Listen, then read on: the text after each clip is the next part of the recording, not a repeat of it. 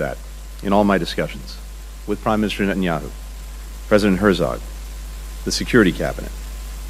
I reiterated and made clear our support for Israel's right to defend itself, indeed its obligation to defend itself. That includes through the additional assistance that we've worked with Congress and we're working with Congress now to provide for Israel's defense, as well as for urgent humanitarian needs in Gaza. This right to self-defense, indeed this obligation to self-defense, belongs to every nation. No country could or should tolerate the slaughter of innocents.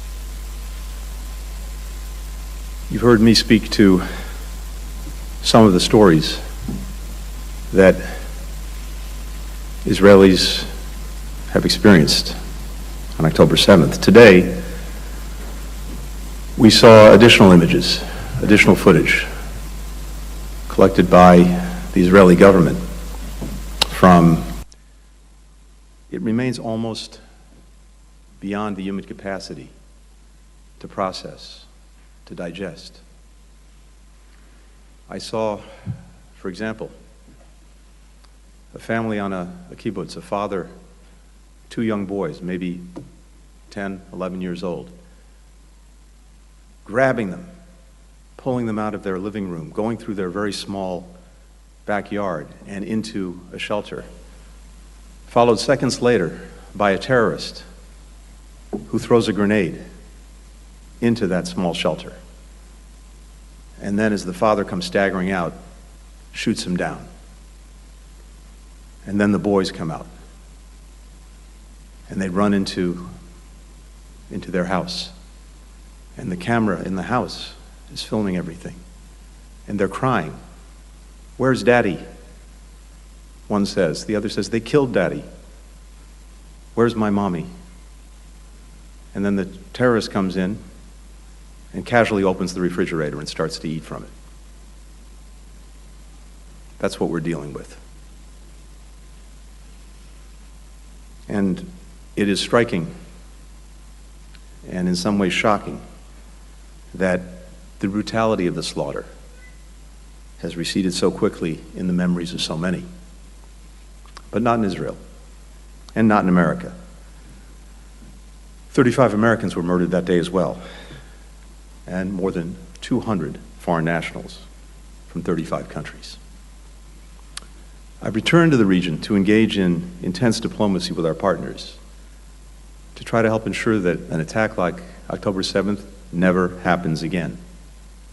And in doing so, that we forge a different future, a very different future for Israelis and Palestinians alike. That out of this tragedy emerges a better tomorrow for both peoples and for the region. There are a number of important steps that we can, indeed we must take now to help make that possible. First, we need to continue to prevent escalation of this conflict, its spread to other areas and other theaters. The United States has, and we will continue to respond to attacks by Iran's proxies to defend our personnel in the region. It matters because it's the right and lawful thing to do. It matters because failure to do so plays into the hands of Hamas and other terror groups. There will be no partners for peace if they're consumed by humanitarian catastrophe and alienated by any perceived indifference to their plight. This is what binds us as human beings. I've seen images too of Palestinian children, young boys and girls, pulled from the wreckage of buildings. When I see that, when I look into their eyes through the TV screen, I see my own children. How can we not? Hamas doesn't care 1 second or 1 iota for the welfare, for the well-being of the Palestinian people. It cynically and monstrously uses them as human shields, putting its commanders and command posts, its weapons and ammunition, within or beneath residential buildings, schools, mosques, hospitals. But civilians should not suffer the consequences for its inhumanity and its brutality.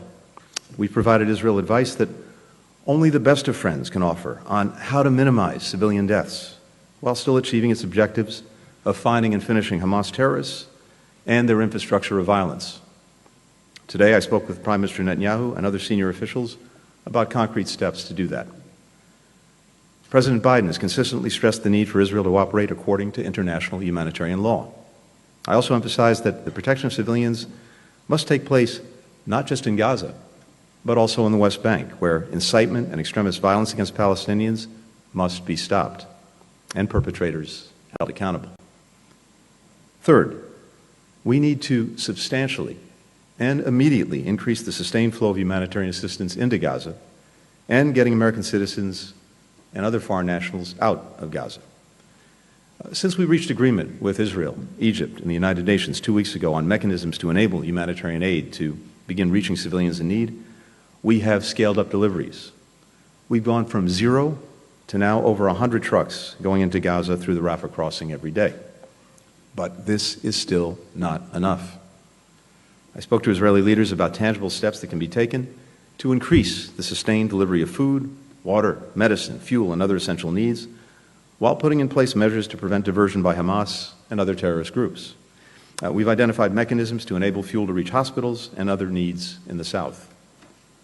Israel has raised appropriate concerns that we share, about Hamas's hoarding and siphoning of fuel in northern Gaza. Again, its cynicism knows no bounds, denying fuel itself that it has to hospitals and other places that desperately need it. In meetings with regional partners, I'll continue conversations about getting assistance to flow, including with help from the United Nations. Over the last several days, U.S. citizens, foreign nationals, and critically wounded Palestinian civilians have begun to transit out of Gaza. We expect more to leave over the coming days. Even as these people are able to exit Gaza, we remain relentlessly focused on securing the release of hostages, including American citizens. We discussed these ongoing efforts today. Our Deputy Special Representative for Hostage Affairs, Steve Gillen, who came with me on my first visit a couple of weeks ago, has remained here on the ground to help bring our people home and also to work with their families. We believe that each of these efforts would be facilitated by humanitarian pauses, by arrangements on the ground that increase security for civilians and permit the more effective and sustained delivery of humanitarian assistance. That was an important area of discussion today with Israeli leaders. How, when, and where these can be implemented, what work needs to happen, and what understandings must be reached. Now, we recognize this would take time to prepare and coordinate as well with international partners. A number of legitimate questions were raised in our discussions today, including how to use any period of pause to maximize the flow of humanitarian assistance, how to connect a pause to the release of hostages, how to ensure that Hamas doesn't use these pauses or arrangements to its own advantage. These are issues that we need to tackle urgently, and we believe they can be solved. We've agreed to have our teams continue to discuss practical solutions. I've instructed our Special Envoy for Middle East Humanitarian Issues, David Satterfield, who's been doing remarkable work here over the last couple of weeks, to continue these discussions. Ultimately, we believe this can be a critical mechanism for protecting civilians while enabling Israel to achieve its objectives of defeating Hamas.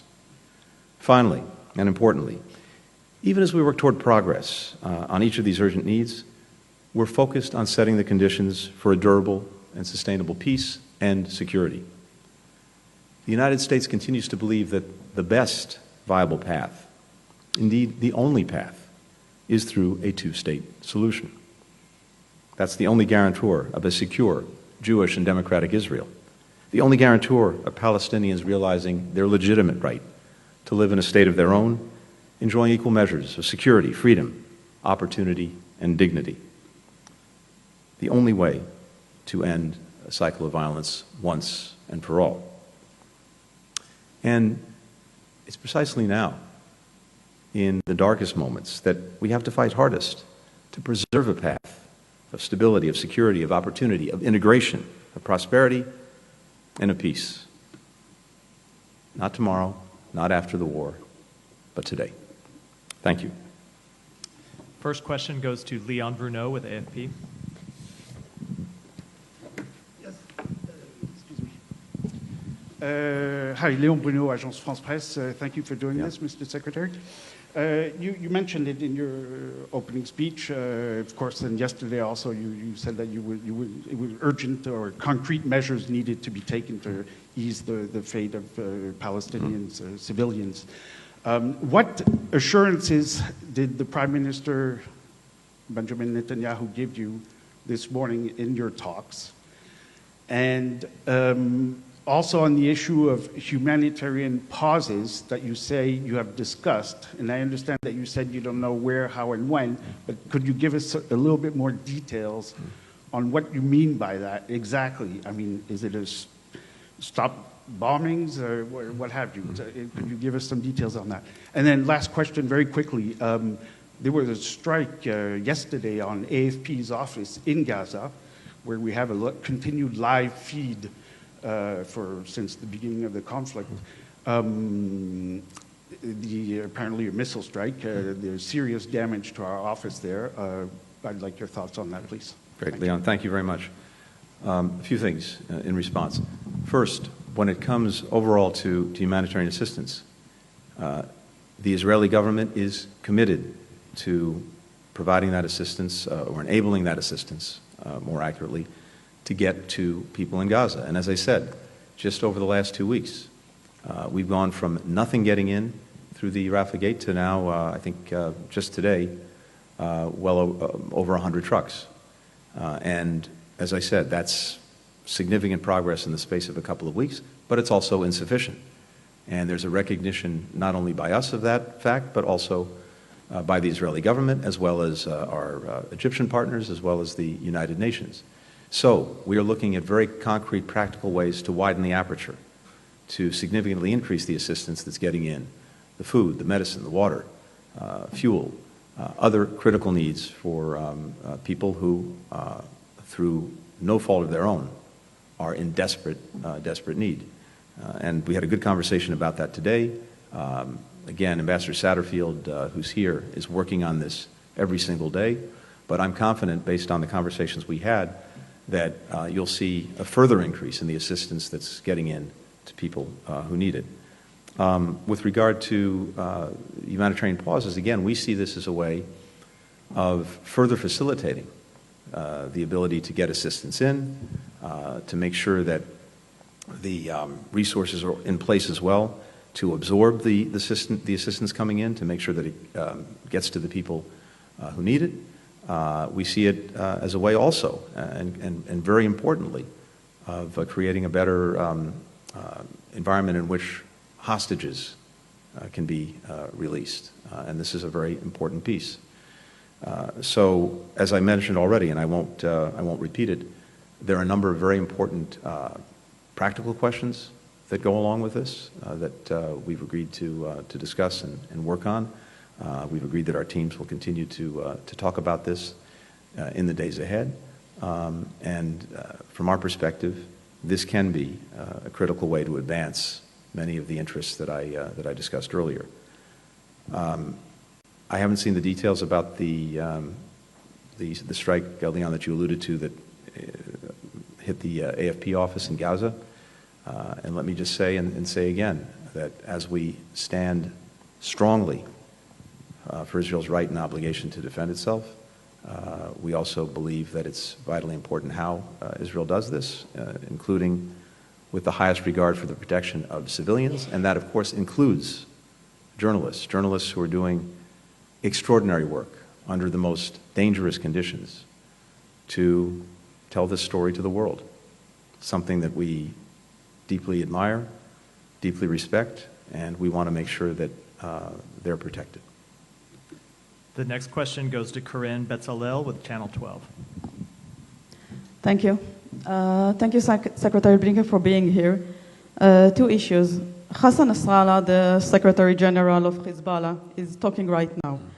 If following his speech or his remark, another front will open in the north, will the U.S. actually use its firepower in the region not only to deter but also to destroy, targeting Lebanon or, if needed, in Iran? And on the hostages, the Biden administration is asking Israel for a temporary pause and we understand it is not a ceasefire. But do you have any guarantees, any assurances that this temporary pause will lead to hostage release? And I know you have heard the family of the hostages today outside the Kiryat base. And if, can you assure us that the United States will not hold Israel back before the main objective of this war will fulfill, which is eliminating Hamas? Thank you. Thank you. Let me take the second question first. There are no guarantees about anything. As a general proposition, and maybe even more specifically in the context of the fight against Hamas. But we are absolutely focused on getting hostages back and getting them back to their families in safety. And we believe that, among other things, a humanitarian pause could help that effort, could facilitate it. It's one of the reasons why we're focused on it. But regardless, our determination to get people back is manifested every single day in our efforts to do just that. And as I said, and said repeatedly, and as President Biden has said and said repeatedly, we stand strongly with and behind Israel in its right and obligation to defend itself, defend its people, and take the steps necessary to try to ensure that this never happens again. Nothing has changed, and that won't change. With regard to Lebanon, with regard to Hezbollah, with regard to Iran, we have been very clear from the outset that we are determined that there not be a second or third front opened in this conflict. President Biden said on day one to anyone thinking of opening a second front, taking advantage of the situation, don't. And we backed up those words, not only with work that we've done with many partners in the region to reinforce that message, but with practical deeds, including the deployment of 2 aircraft carriers battle groups to the region, including with action that we've taken, for example, against missiles coming from Yemen in the direction of Israel, shooting them down, including as well with strikes that we took in response to multiple attacks on our personnel in Iraq and Syria who were there, as I said earlier, to try to prevent a resurgence in the region of ISIL, of Daesh. We remain absolutely determined in that effort, and I'm not going to get into hypothetical situations, but all I can say is we're committed to deterring aggression from any part, and we'll take steps necessary to deal with it. For the next question, Vivian Salama with the Wall Street Journal. Mr. Secretary, thank you, as always, for bringing us along with you in your travels. Before we left D.C., you stressed that the U.S. was discussing with Israel the current conflict, and you added, we will also be focusing on the day after. Can you talk a little bit about what that looks like? In particular, what is being done to ensure that whatever does come after doesn't spin into potentially short or long-term occupation? And also, are there discussions at all to create a multilateral force for Gaza? And if so, would the U.S. be willing to take part in something like that? Thank you. Thanks, Vivian. Here's what we know, and I think is agreed among everyone. There cannot and must not be a return to the pre-October 7th status quo. That's unacceptable. It's not tolerable for Israel. It shouldn't be acceptable or tolerable by anyone else. And that means that the idea of Hamas remaining responsible for governance, such as it was, and security, and posing an ongoing and enduring threat to Israel and its citizens is unacceptable. So that's one thing we know. We also know that Israel cannot reassume control and responsibility for Gaza. And it's important to note that Israel has made clear it has no intention or desire to do that. So within those parameters, we are and will continue to have discussions with partners throughout the region and well beyond about what should follow once Hamas is defeated. There are a number of possibilities, permutations, but it's really premature to get into any detail about that. As important is putting this into a bigger picture, a bigger vision of how we achieve enduring and lasting peace and security in the region. And as I said earlier, the United States is convinced, we have been for some time, and I think we're only reinforced in that conviction since October 7th, that the best path, maybe even the only path, as I said, is through two states for two peoples. Again, that is the only way to ensure lasting security for a Jewish and democratic Israel, the only way to ensure that the Palestinians achieve their legitimate aspirations for a state of their own. So I think it's important, as we're talking about all of this with every partner in the region, Israel, our Arab partners, and many others, as well as the broader international community, that we have that big frame in mind, and whatever we do, whatever is done, also helps to advance that. So that's how we're looking at it right now. Can I just press you, Mr. Secretary, because you're talking about the defeat of Hamas, and I'm wondering, you know, for Hamas is not just a bunch of individuals, but probably an ideology as well, and especially with the intense bombardment that we're seeing in Gaza right now, the potential for extremism down the line is high. And so, you know, when you say defeat Hamas, is that being factored in, and what are you doing then to address those issues as well? Yeah, Vivian, you're exactly right. This is about dealing with Hamas in terms of defeating it physically. That is making sure that it can't repeat what it did on October 7th. But it is also about defeating an idea, a perverted idea, but an idea that we have to combat with a better idea, with a better future, with a better vision for what that future can be, and demonstrating that we're committed to achieving that future, that vision. Because in the absence of that, even after Hamas, those who sing the siren song of nihilism will find open ears. So it's imperative in our judgment that not only is Hamas dealt with in a way that October 7th can never be repeated, but that we lay out a clear vision and a path to achieve that vision that gives people something to hope for, to buy into, to grab onto. And I believe that there is a broad and strong coalition throughout the region that wants to do exactly that. All of these countries are on one side of the equation. Who's on the other side of the equation? Hamas, Hezbollah, and Iran.